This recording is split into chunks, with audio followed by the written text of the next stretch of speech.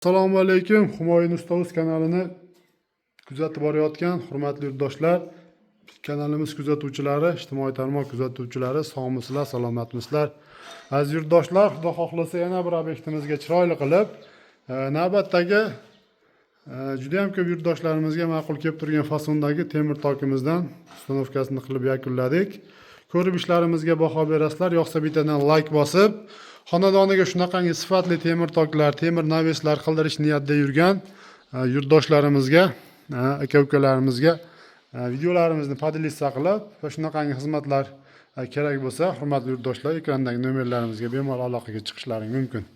Bu temir so'kchagimizni Andijon viloyati Asaka tumaniga zakaz bo'yicha tayyorlab, olib kelib ustanovka qilib yakunladik, hurmatli yurtdoshlar. Uzunasiga uzun so'kchagimiz 13,5 metr, eniga 7,5 metr razmerda. Stoykalari 8 ga 8 lik, biri 7 lik stenali profil.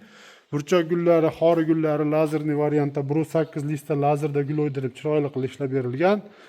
Tepadagi yuk ko'taradigan firmalarining har birining oraliq masofalari biri 20 sm dan tashlanib, to'rga to'rlik biri 7 lik stenali profildan foydalanib, idealniy holatda qilib tayyorlab, bitkazib ustanovkasini qildik.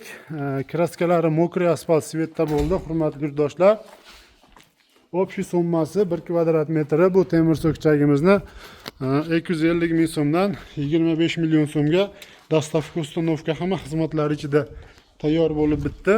Ishlarimiz yoqsa bittadan like bosib, aziz yurtdoshlar, shunaqangi xizmatlar kerak bo'lsa, ekrandagi nomerlarimizga bemalol aloqaga chiqib bog'lanishlaring mumkin.